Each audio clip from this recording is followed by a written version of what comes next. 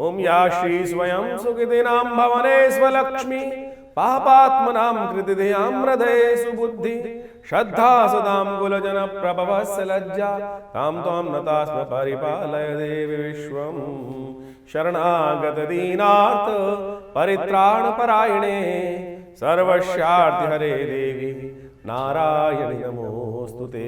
नमस्कार, स्वागत है आपका आचार्य वाणी में। मैं आचार्य डॉक्टर विक्रमादित्य आपके साथ हूँ। आज का विषय हमारा है मिथुन राशि। मिथुन राशि वालों के लिए 16 तारीख रविवार का अवसर, चतुर्थी तिथि विद्यमान है और ग्रह नक्षत्रों के दृष्टिकोण से जैसा हमने कहा कई मामलों में ग्रह नक्षत्र आपके लिए स्थिति अच्छी करते दिखाई दें। चतुर्थ बैठा हुआ चंद्रमा ये कहीं ना कहीं लाभ दे रहा है, बृहस्पति से दृष्ट है, लेकिन फिर भी ग्रह नक्षत्रों में एक योग खराब चल रहा है कि जो आपकी बुद्धि को खोल नहीं रहा है। बुद्धि जो है बिल्कुल थोड़ी डंप होकर बैठी हुई है।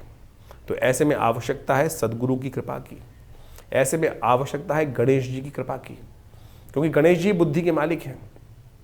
रिद्धि सिद्धि उनके बगल में बैठी हैं।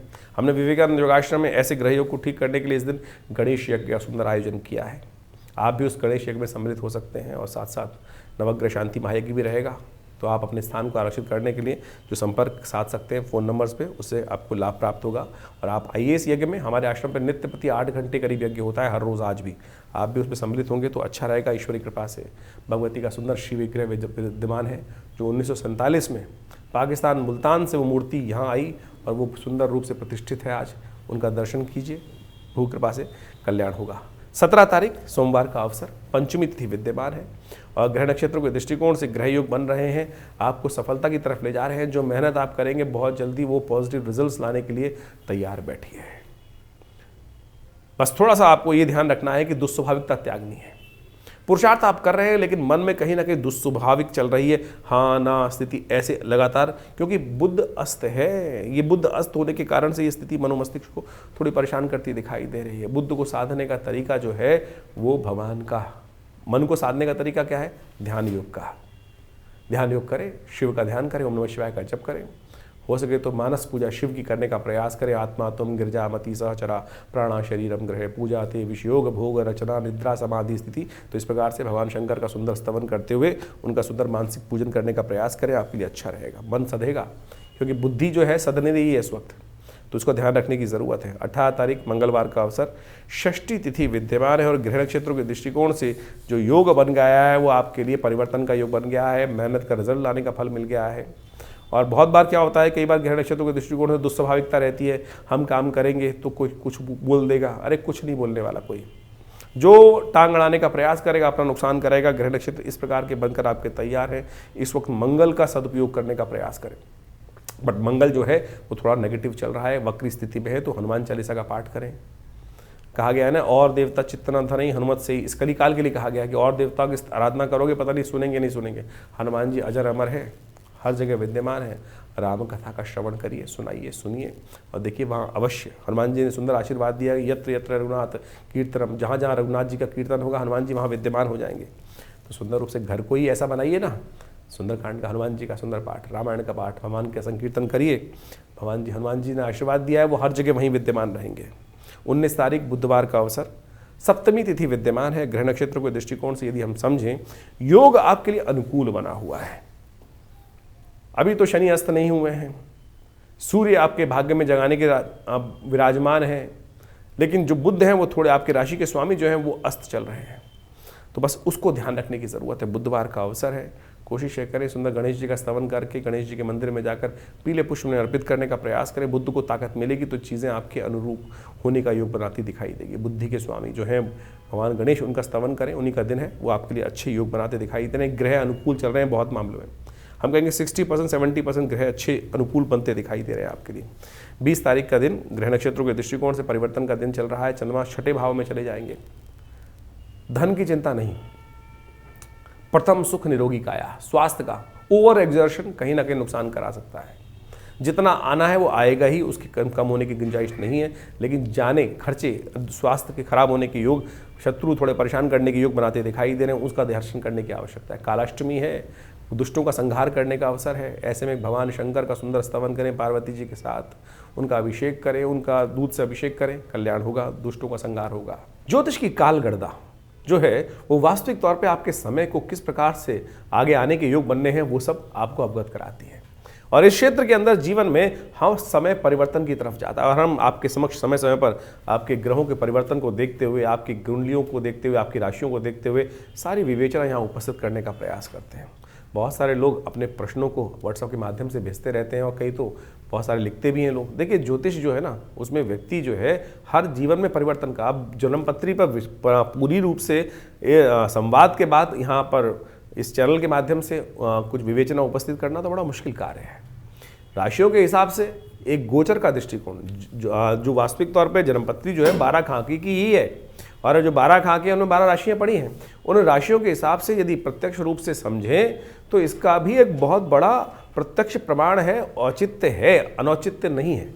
ऐसा नहीं है कि उसका औचित्य है ही नहीं, प्रैक्टिकलिटी है ही नहीं। बिल्कुल राशियों के अनुसार से बिल्कुल प्रत्यक्ष बहुत सारे चीज़ों को समझा जा सकता है। आपकी जन्मपत्री मूल रूप से है, बहुत कुछ है, लेकिन उसके बाद भी गोचर का प्रभाव जो राशियों के अनुसार से समझा गया है, बताया जाता है, वो बिल्कुल सबसाइड नहीं किया जा सकता है। उसको बिल्कुल प्रत्यक्ष रूप से प्रमाणित रूप से ही उपस्थित किया जाता है। हम प्रयास करते हैं इन समस्त बातों को आपके समक्ष अपने इस संवाद के माध्यम से रखें। समय समय पर परिवर्तन जो होता है उसका प्रभाव हर व्यक्ति पर पड़ता है, लेकिन देखिए मूल जन्मपत्री भी बहुत कुछ है।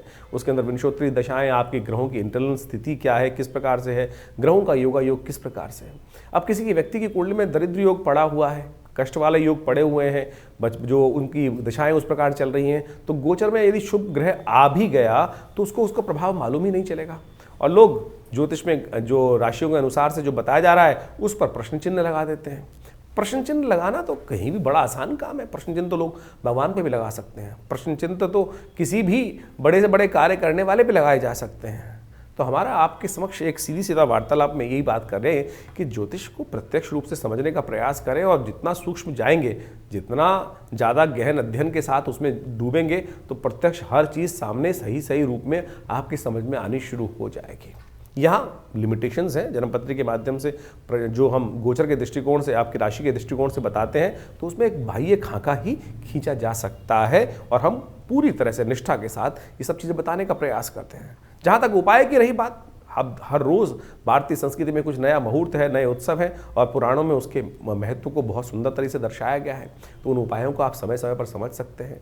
लेकिन आज उपायों के नाम पर बहुत सारे लोग क्या है केवल पैसे खर्च कराने के काम पे ही लग जाते हैं। बहुत सारे कुछ बड़े बड़े अनुष्ठानों में चले जाते हैं, कुछ हज़ारों रुपये खर्च करने की बात की जाती है, कोई नग धारण करने की तरफ चले जाते हैं।